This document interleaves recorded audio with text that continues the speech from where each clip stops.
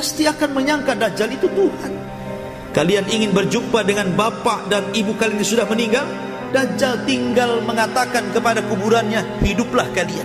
Hidup tuh bapak kita, ibu kita, saudara kita, anak kita yang kita cintai. Tapi hakikatnya bukan mereka itu.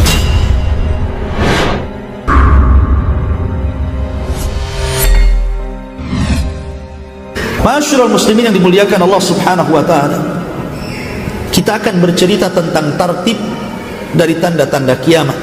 Pertama, tanda-tanda kiamat dimulai dari munculnya Dajjal. Tidak ada satupun nabi melainkan pasti akan memperingatkan umatnya akan kemunculan Dajjal. Karena fitnah Dajjal ini fitnah yang bukan fitnah biasa, tapi fitnah luar biasa. Memfitnah setiap agama manusia, awalnya mengaku nabi dan akhirnya mengaku Tuhan. Dan sebagian besar manusia menjadi pengikut Dajjal, terutama kaum wanita. Bagaimana tidak? Sebelum kedatangan Dajjal akan terjadi 3 tahun kekeringan.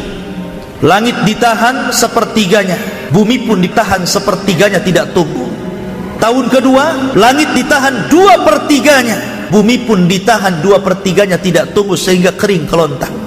Kemudian tahun ketiga, seluruh langit ditahan dan bumi pun ditahan, semuanya tidak tumbuh. Manusia kelaparan. Disitulah Dajjal muncul. Kemudian Dajjal akan datang kepada sebuah perkampungan yang hancur ekonominya. Sudah tidak bisa lagi ditanami kebun dan ladangnya. Tidak ada makanan yang akan dimakannya. Kata Dajjal, kalau kalian beriman kepadaku, kusuburkan tanah kalian, kugemukkan hewan-hewan kalian, kuberikan kalian pembendaharaan yang ada dalam bumi. Mau apa? Emas, perak, jamrud. Gimana orang tidak kufur saat seperti itu? Kata Dajjal, hujan-hujan. Kata Dajjal, tumbuh-tumbuh. Kata Dajjal, keluar emas. Ya pasti akan menyangka Dajjal itu Tuhan. Kalian ingin berjumpa dengan bapak dan ibu kalian yang sudah meninggal? Dajjal tinggal mengatakan kepada kuburannya, hiduplah kalian. Hidup tuh bapak kita, ibu kita, saudara kita, anak kita yang kita cintai. Tapi hakikatnya bukan mereka itu syaitan yang tasyakul menyerupai keluarga kita kemudian mengatakan, nah ikutilah orang ini, dia Tuhan kita. Jadi banyak orang yang ikut Dajjal. Dari sinilah kenapa kita disuruh berlindung dari Dajjal. Jadi Nabi SAW sudah mengatakan fitnah ini besar. Kata Rasul, kalau aku hidup ku bunuh Dajjal, tapi kalau seandainya aku meninggal, kalian yang akan melawan Dajjal. Dan kalian tidak akan sanggup, karena Dajjal tidak bisa mati kecuali seorang nabi yang membunuhnya, Isa bin Maryam. Kemudian Dajjal berhasil mengalahkan Imam Mahdi, sehingga Imam Mahdi harus tinggal di Bukit Tur dan para prajuritnya yang bersembunyi. Ketika kemudian tidak ada jalan lain kecuali harus jihad, mati syahid atau hidup mulia, maka ketika menjelang subuh turunlah Isa bin Maryam. Tugasnya Isa itu yang pertama kali membunuh Dajjal. Selama 40 tahun dia akan tinggal di bumi. Lain dengan Imam Mahdi 7 tahun saja. Tugas pertama membunuh Dajjal. Baru ada tugas yang lainnya, membunuh babi, mematahkan salib, dan akan memimpin kaum muslimin, dan akan memasukkan Islam sebagian ahli kitab. Dan sebagian ahli kitab itu akan beriman kepada Islam sebelum kematian Isa. Dan Isa akan memimpin kaum muslimin setelah meninggalnya Imam Mahdi. Ketika di zaman Isa inilah Allah kemudian hancurkan benteng yang dibangun oleh Dzulqarnain. Di balik benteng itu ada 2 kabilah besar. Satu kabilah Ya'juj dan yang kedua kabilah Ma'juj. Jumlah mereka banyak. Satu di antara kita 999 dari mereka. Banyak. Kata Rasul, kaum ini tidak bisa diperangi dan tidak bisa dibunuh, saking banyaknya. Sehingga kemudian banyak orang-orang yang di luar rasnya dibantai, dibunuh dan dimakan. Kanibal.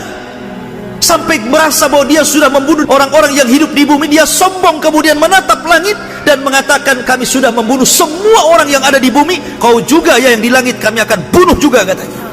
Maka mereka mengarahkan tombak, panah, lembing, dilempar. Mereka hendak membuat makar. Allah pun buat makar. Panah mereka disedot sampai tidak kelihatan di balik awan. Kemudian dikembalikan lagi seolah-olah ujungnya sudah berlumuran darah. Pada Allah sengaja membuat itu tidak ada makhluk yang mati di langit. Tapi mereka makin sombong, seolah-olah sudah membinasakan orang yang di langit. maka disitulah Allah tampakkan kekuatannya. Allah kirim satu makhluk kecil namanya naghaf, ulat, masuk di tengkuknya, satu mati-mati semua. Ketika Yajuj dan Majuj habis semuanya meninggal dunia karena diazab oleh Allah Subhanahu wa taala dengan ulat, maka kemudian Allah kirim burung-burung besar mengangkat jasadnya, dilempar tah ke mana wallahu alam, tah ke lautan, tah berantah di mana. Tapi kemudian Allah turunkan hujan, Allah bersihkan lagi bumi, sehingga Isa bin Maryam dikembalikan lagi dalam kehidupan yang luar biasa. Beruntung orang-orang yang hidup di masa Isa bin Maryam hidup. Dikembalikan lagi bumi itu sebagaimana aslinya, berkah di mana-mana, sampai Isa bin Maryam kemudian meninggal dunia. Setelah Isa bin Maryam kemudian meninggal dunia, maka kemudian manusia kembali, sebagian mereka kufur dan sebagian mereka tetap beriman. Lah ketika itu orang dihebohkan karena di daerah yang sangat jauh nun di sana, di daerah timur, rupanya Allah Subhanahu wa taala kirim gempa, bukan hanya menghancurkan satu desa, ini bisa menghancurkan satu negara. Maka orang pun heboh dengan berita tentang ada gempa yang bisa menghancurkan negara-negara. Baru saja mereka mendengar di arah timur itu terjadi gempa yang dahsyat, dari barat pula mereka mendengar bahwa terjadi gempa hebat sehingga menghancurkan negara-negara. Setelah itu rupanya di Jazirah Arab pun terjadi gempa di mana-mana, satu dunia, sehingga orang kemudian kesulitan tempat tinggal, kesulitan ekonomi, keadaan mereka miskin. Mulailah mereka semakin jauh, maka sebagian mereka semakin kufur, tapi ada juga yang masih istiqamah di situ.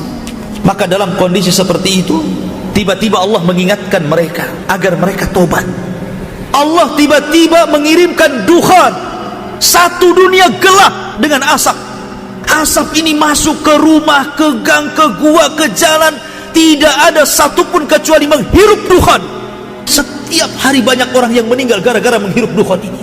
Akhirnya mereka pun mulai sadar, mereka sudah jauh dari Allah Azza wa Jalla. Mereka berdoa, ini orang-orang yang ahli maksiat ini berdoa, ya Allah, angkatlah azab ini, angkatlah asap ini, kami berjanji akan beriman. Akhirnya Allah Subhanahu wa taala pun mengangkat azab itu, hanya 40 hari saja dukhan itu. Tapi sudah banyak orang mati, sudah banyak terbakar kepalanya, terpanggang seperti kepala ikan.